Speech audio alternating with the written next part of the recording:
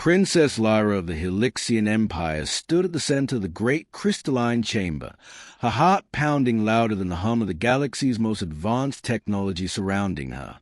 Outside the massive transparent dome, stars glittered like scattered jewels, the endless expanse of space a silent witness to the momentous decision she was about to make. The Helixian Council, a stern assembly of her people's elders, had decreed that she must choose a mate.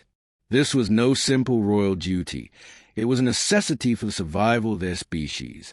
The Helixians had lost their ability to reproduce naturally and relied on interspecies union to preserve their bloodline. The mate would not only secure the future of the royal family, but would determine the fate of entire worlds.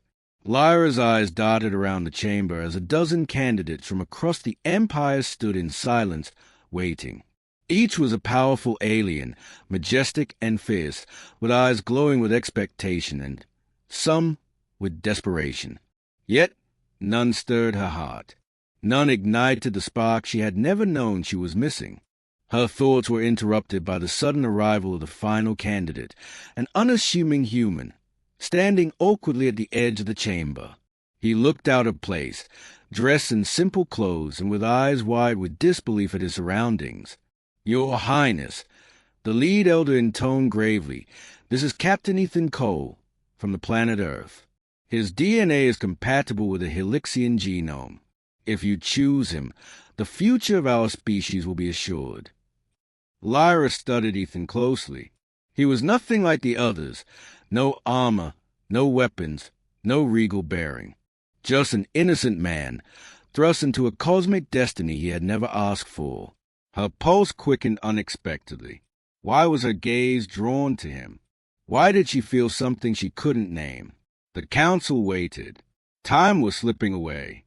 With trembling fingers, Lyra raised a hand and pointed at Ethan. The chamber fell into stunned silence.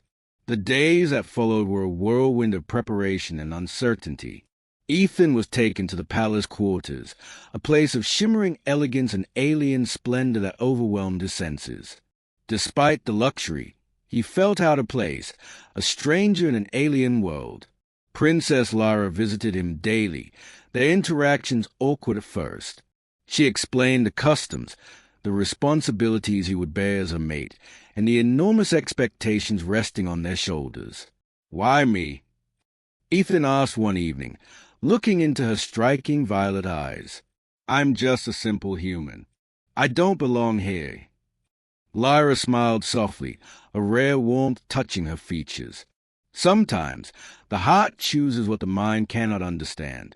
I don't know why I chose you either, but I do know it feels right." As the days passed, Ethan learned about Helixian culture, their values, their struggles, and their hopes. Lyra revealed her fears too, the pressure to fulfill her role, the weight of loneliness that came with being a princess, and the hope that maybe, just maybe, this unexpected union could bring more than just survival. Slowly, their bond deepened. They laughed, shared stories of Earth and Helix, and found comfort in their differences. Ethan's genuine kindness touched Lyra's guarded heart, and she, in turn, inspired him with a courage and wisdom. Yet, not everyone was pleased.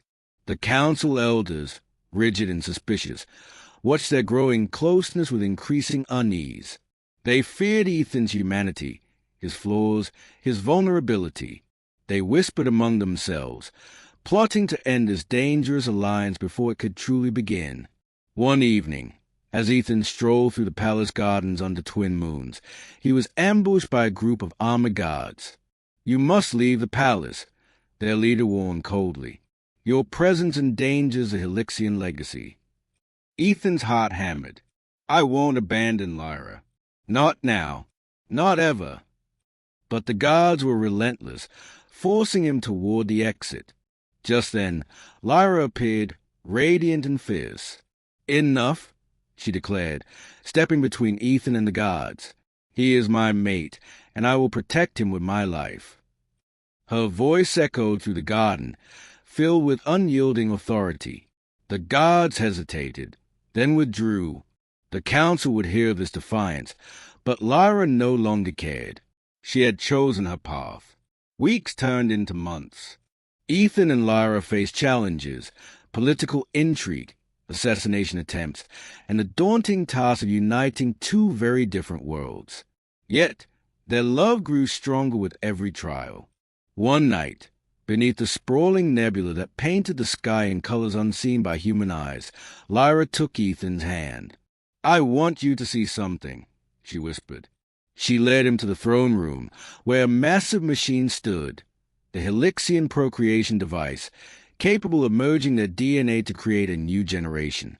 "The future of my people rests on this," Lyra said. "With you, I believe we can bring hope to both our worlds." Ethan nodded, feeling the weight and wonder of their destiny. As they activated the machine, a radiant light enveloped them, intertwining their beings in a cosmic dance of life and love. Months later, a new life blossomed, a child, the first of its kind, born of two worlds. Named Solara, she carried the strength of the Helixian legacy and the warmth of human spirit. Lyra held Solara close, tears of joy streaming down her face. Beside her, Ethan smiled, knowing that together they had forged a future beyond any prophecy. The Council, witnessing the miracle of their union, bowed in respect and acceptance. The alien princess who once faced an impossible choice had not only found her mate, but had changed the fate of the stars. And,